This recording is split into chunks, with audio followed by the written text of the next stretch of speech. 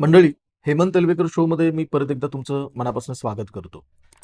मंडळी, नुकतंच म्हणजे कालच सुप्रीम कोर्टानं UGCनं नुकतंच जारी केलेला जो वटहुकूम होता किंवा जो नियम होता की प्रमोशन ऑफ इक्विटीच्या अंतर्गत UGC मान्यताप्राप्त प्रत्येक युनिव्हर्सिटी आणि कॉलेजमध्ये जे इक्वल अपॉर्च्युनिटीज सेल सुरू करण्याचं आणि अपॉर्च्युनिटीज इक्विटी बेस्ड जी सेंटर्स सुरू करणं, तशा प्रकारच्या कमिटी स्थापन करण्यासंदर्भामध्ये जो वटहुकूम केला होता, त्या हुकुमाला आव्हान देणाऱ्या एका याचिकेवरती मतप्रदर्शन करताना किंवा त्याच्यावरती निर्णय देत असताना सर्वोच्च न्यायालयानं UGCचा 13 जानेवारीचा तो निर्णय त्यांनी रद्दबातल केलेला आहे किंवा त्याला स्टे ऑर्डर दिलेली आहे. रद्दबातल म्हणता येणार नाही, परंतु त्याला स्टे ऑर्डर देण्यात आलेली आहे. आणि त्यामुळं UGCनं अनुसूचित जाती जमाती,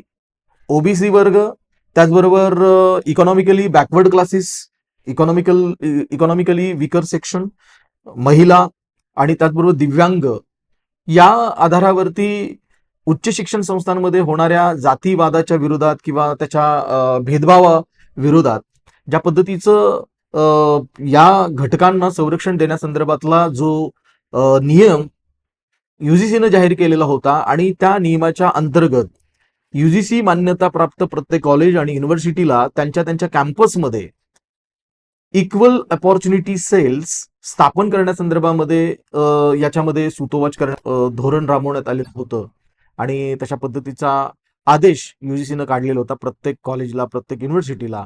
आणि प्रत्येक कॉलेज आणि युनिव्हर्सिटीवरती हे बंधनकारक होतं की अशा पद्धतीचं इक्वल अपॉर्च्युनिटी सेल्स त्यांच्या कॅम्पसमध्ये उभा करणं.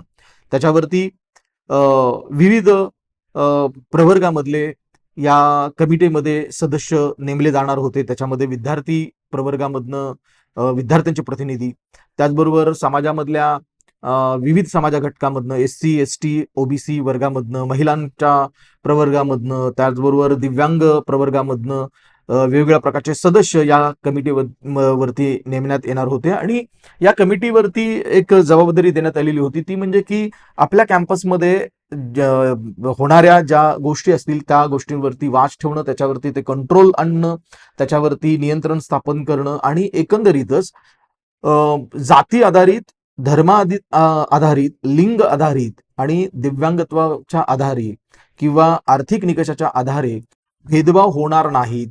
त्या कुठल्याही प्रकारच्या भेदभावाला कुठल्याही प्रकारचा वाव मिळणार नाही आणि त्या योगे कुणाची हॅरॅसमेंट होणार नाही. आणि पुढे जाऊन भूतकाळामध्ये ज्या पद्धतीनं अशा गंभीर घटना घडलेल्या आहेत की जसं की सुसाईड किंवा आत्महत्या घडलेल्या आहेत, त्या पद्धतीच्या घटना घडणार नाहीत याची काळजी घेण्याची जबाबदारी त्या इक्वल अपॉर्च्युनिटी सेल्स वरती म्हणजेच त्या कमिट्यांवरती सोपवण्यात आलेली होती.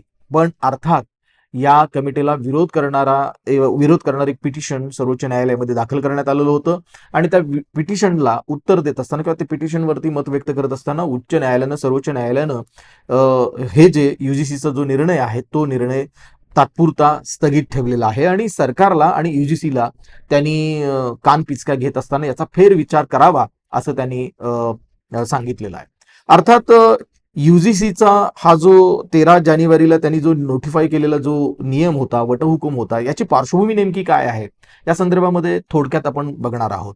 आपल्याला आठवत असेल की 2016 मध्ये हैदराबादमधल्या रोहित वेमुलानं युनिव्हर्सिटीमध्ये होणाऱ्या भेदभावाला कंटाळून त्यानं आत्महत्या केलेली होती. हे प्रकरण आपल्याला माहिती होतं. त्यानंतर 2019 मध्ये पायल तडवी या विद्यार्थिनीनं देखील, ती आदिवासी जमातीमधनं होती, हिनं आत्महत्या केलेली होती. तिला देखील तिच्या वरिष्ठांनी भेदभाव तिच्या बाबतीमध्ये केला गेला आणि तिची हॅरॅसमेंट झाली आणि त्या हॅरॅसमेंटला कंटाळून पायल तडवी हिनं आत्महत्या केलेली होती. खरं तर या दोन घटना या प्रातिनिधिक स्वरूपातल्या घटना आपल्या देशामध्ये घडलेल्या आहेत. अशा अनेक घटना यापूर्वी आणि यानंतरच्या कालावधीमध्ये देखील घडलेल्या आहेत.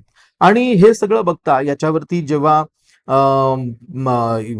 रोहित वेमुलाची आई राधिका वेमुला आणि पायल तडवीची आई अबिदा तडवी यांच्या वतीनं जेव्हा ही केस स्टँड झाली, त्याच्यामध्ये याच्यावरती काम करत असलेल्या एका लीगल टीमला, ज्याच्यामध्ये दिशा वाडेकर नावाच्या आपल्या पुण्याच्या एक तरुण वकील आहेत, त्यांना या टीमवरती त्या काम करत असताना तेव्हा त्यांना असं आढळून आलं की युजीसी न पारित केलेले जे नियम आहेत त्या नियमावलीनुसार इक्वल अपॉर्च्युनिटी सेल्स स्थापन करण्याची जबाबदारी प्रत्येक कॉलेजवरती, प्रत्येक युनिव्हर्सिटी वरती 2012 पासूनच घालून देण्यात आलेली होती. परंतु ते केवळ जे नियम होते ते केवळ पेपरवरती, केवळ कागदावरती होते. त्या पद्धतीनं प्रत्यक्षात मात्र त्याची कुठल्याही प्रकारची कार्यवाही होत नव्हती. म्हणजे पेपरवरतीच हे सगळे युजीसीचे आदेश आलेले होते किंवा त्याची अंमलबजावणी होते की नाही हे प्रत्यक्षरित्या पाहिलं पण जात नव्हतं किंवा त्या संदर्भामध्ये कुठल्याही प्रकारची कारवाई केली जात नव्हती. हे या लीगल टीमला जेव्हा कळालं तेव्हा त्यांनी याच्या अनुषंगानं सर्वोच्च न्यायालयामध्ये त्यांनी हे पिटिशन चालवलं आणि सर्वोच्च न्यायालयाला भाग पाडलं की आधीच तुम्ही घालून दिलेल्या ज्या काही वटहुकूम असतील किंवा जे काही नियम असतील त्याची अंमलबजावणी करावी. ग्रीव्हन्स रिड्रेसल म्हणजे तक्रार निवारण अशा पद्धतीची कुठल्याही प्रकारची व्यवस्था नसल्या कारणानं विद्यार्थ्यांना कॉलेज स्तरावरती किंवा युनिव्हर्सिटी स्तरावरती ज्या पद्धतीच्या छळाला त्यांना सामोरं जावं लागतं त्या छळापासून मुक्तता मिळवण्यासाठी किंवा त्या छळापासून संरक्षण मिळण्यासाठी कुठं जावं, काय करावं हे त्यांच्या लक्षात येत नसल्या कारणानं आणि केवळ पेपरवरतीच अशा पद्धतीची व्यवस्था असल्या कारणानं विद्यार्थ्यांना संरक्षण मिळत नाही आणि त्यामुळे ते मेंटली, फिजिकली टॉर्चर होतात आणि कधी कधी ह्या टॉर्चरची तीव्रता एवढी वाढते की काही मुलं हे आत्महत्या करतात आणि अशा आत्महत्येची अनेक प्रकरणं घडलेली आहेत. हे न्यायालयाच्या लक्षात आणून दिलं या लीगल टीमनं. दिशा वाडेकर या स्वतःच एका दलित कुटुंबामधनं येतात, वंचित घटकामधनं त्या येतात. भीमकन्या म्हणून त्यांना आपण खरं तर ओळखतो, ज्या स्वतः एक अभियंता आहेत. नंतर त्यांनी वकिलीचं शिक्षण घेतलं आणि त्यानंतर हरियाणा इथल्या जिंदाल ग्लोबल लॉ स्कूलमध्ये त्या अध्यापनाचं काम करतात. या भीमकन्येनं या गोष्टीला त्यांनी लावून धरलं. अबिदा तडवी आणि राधिका विमोला यांचं त्यांनी प्रतिनिधित्व केलं आणि युजीसीला भाग पाडलं की ते म्हणजे की शाळांमध्ये, कॉलेजेसमध्ये आणि युनिव्हर्सिटीजमध्ये इक्वल अपॉर्च्युनिटी सेल्स जे आधीच त्यांनी त्याचं प्रोव्हिजन केलेलं आहे त्याची अंमलबजावणी करणं. आणि त्यानुसार युजीसीनं 13 जानेवारीला एक नोटिफिकेशन दिलं, नोटिफाय केलं सर्व त्यांच्या अंतर्गत असलेल्या कॉलेजेसना, युनिव्हर्सिटीजना आणि त्यानुसार उच्च शिक्षण संस्थांमध्ये promotion of equity in higher education अशा पद्धतीचं त्याला टायटल देण्यात आलं या नवीन वटहुकुमाला आणि याची अंमलबजावणी करण्याचे आदेश देण्यात आले. खरं तर हे जे अनुसूचित जाती, जमाती आणि त्याचबरोबर नव्यानं त्याच्यामध्ये इन्क्लूड केलेला जो घटक म्हणजे ओबीसी वर्ग, ओबीसी प्रवर्गामधले विद्यार्थी, इकॉनॉमिकली वीकर सेक्शन मधले विद्यार्थी, त्याचबरोबर फिमेल स्टुडंट्स, त्याचबरोबर दिव्यांग स्टुडंट्स, अशा सर्व पातळीवरचं जे सर्व घटक याच्यामध्ये इन्क्लूड केले गेले आणि त्याचबरोबर केवळ जाती आधारितच नव्हे तर धर्मा आधारित, त्याचबरोबर आर्थिक निकषावरती, दिव्यांगत्वावरती आधारित आणि त्याचबरोबर लिंगावरती आधारित जो उच्च शिक्षण संस्थांमध्ये ज्या पद्धतीचं हॅरॅसमेंट होतं त्या हॅरॅसमेंट पासून मुक्तता मिळवण्यासाठी, त्या हॅरॅसमेंट पासून थोडंसं संरक्षण मिळण्यासाठी जे रिड्रेसल मेकॅनिझम असलं पाहिजे किंवा जे संरक्षणासाठी ज्या पद्धतीची व्यवस्था असायला पाहिजे ती व्यवस्था प्रत्येक कॉलेजनं, प्रत्येक युनिव्हर्सिटीनं उभा करण्याचा आदेश युजीसीनं दिला. मात्र याला प्रचंड विरोध झालेला दिसतो संपूर्ण देशभरामध्ये. संपूर्ण देशभराचा उल्लेख करण्यापेक्षा आपण केवळ नॉर्दर्न जे स्टेट्स आहेत त्यांचा जर आपण विचार केला तर यूपी, बिहारमध्ये, विशेषतः यूपी मध्ये त्याला प्रचंड विरोध झालेला दिसतो. आणि हा विरोध करत असताना त्यांनी यामध्ये केवळ अनुसूचित जाती, जमाती आणि ओबीसी घटकाला स्थान दिलेलं आहे. इतर जनरल कॅटेगरी मधल्या विद्यार्थ्यांच्या संरक्षणाचा विचार केलेला नाही. शिवाय याच्यामध्ये या कायद्याचा खरं तर दुर्वापर होऊ शकतो अशी अनेक कारणं लावून या युजीसीच्या या नियमांचा फेरविचार व्हावा अशा पद्धतीचं त्यांनी पिटिशन कोर्टामध्ये नेलं. These UGC guidelines are more focused on empowering the OBC categories and not so much the SC/ST categories, which of course have the Prevention of Atrocities Act already, which is far more powerful, perhaps even draconian, to fight discrimination issues, perpetrated discrimination issues against them.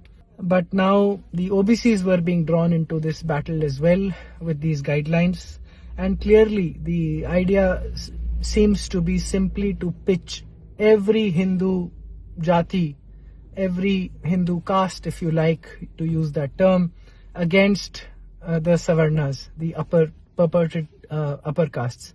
It's basically designed to cause friction between the Hindu society, and perhaps even hand some weapons to the Muslims who are classified as OBC. आणि कोर्टानं देखील तात्काळ त्याला त्या पिटिशनचा विचार करण्याचं त्यांनी मनावरती घेतलं आणि तशा पद्धतीचा आता UGC आणि केंद्र सरकारला त्यांनी आदेश दिलेला आहे की याचा फेरविचार व्हावा. परंतु दिशा वाडेकर यांच्या बऱ्याचशा मुलाखतीमधनं या ज्या UGCने केलेल्या प्रॉव्हिजनच्या संदर्भात त्यांचं जे मत आहे ते ऐकल्यानंतर असं कळतं की याच्यामध्ये कुठल्या एका प्रवर्गावरती चुकीच्या पद्धतीचं अलिगेशन लावणं, चुकीच्या पद्धतीनं त्यांना त्रास देणं अशा पद्धतीचं प्रॉव्हिजन नाही आहे.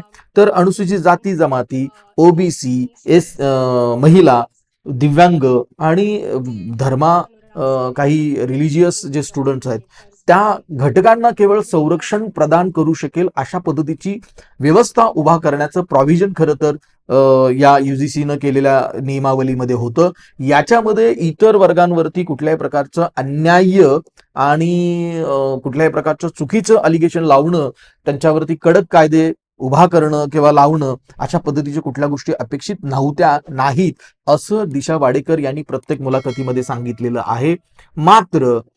मात्र उच्चवर्णीयांनी केलेल्या या आंदोलनाला सर्वोच्च न्यायालयानं आता UGCची ही जी ऑर्डर आहे, UGCचा हे जे प्रॉव्हिजन आहे त्यावरती त्यांनी स्टे लावलेला आहे आणि त्याच्यावरती फेरविचार करण्यासंदर्भामध्ये त्यांनी आपलं मत व्यक्त केलेलं आहे. आता पुढच्या कालावधीमध्ये आपल्याला हे बघायचं आहे की दिशा वाडेकर यांची लिगल टीम, त्याचबरोबर SC, ST, OBC, महिला आणि रिलिजियस अल्पसंख्याक असलेले, धार्मिक अल्पसंख्याक असलेले गट आणि त्याचबरोबर दिव्यांग असणारे गट या सर्वोच्च न्यायालयाच्या या स्टे ऑर्डरच्या विरोधात नेमकं काय पाऊल उचलतात, कोणत्या लिगल त्या ऍक्टिव्हिटीज करतात हे बघणं जास्त मनोरंजक असणार आहे. तुर्तास आपण हे लक्षात घेतलं पाहिजे की गेल्या 2-4 दिवसापासून 26 जानेवारीपासून मला असं म्हणायचं की महाराष्ट्रामध्ये आणि उर्वरित ठिकाणी ज्या काही घटना घडत आहेत त्यामुळं हे UGCचा हा जो नियम आहे, UGCचा हा जो प्रॉव्हिजन आहे आणि त्याच्या विरोधात उसळलेलं जे आंदोलन आहे याकडं आपल्या सगळ्यांचं बारकाईनं लक्ष नसेल. परंतु आज पेपरमध्ये ही न्यूज फ्लॅश झालेली आहे. UGCनं घेतलेले हे जे प्रॉव्हिजन होतं, आणलेलं हे जे प्रॉव्हिजन होतं त्याच्यावरती कोर्टानं स्टे ऑर्डर दिलेले आहे.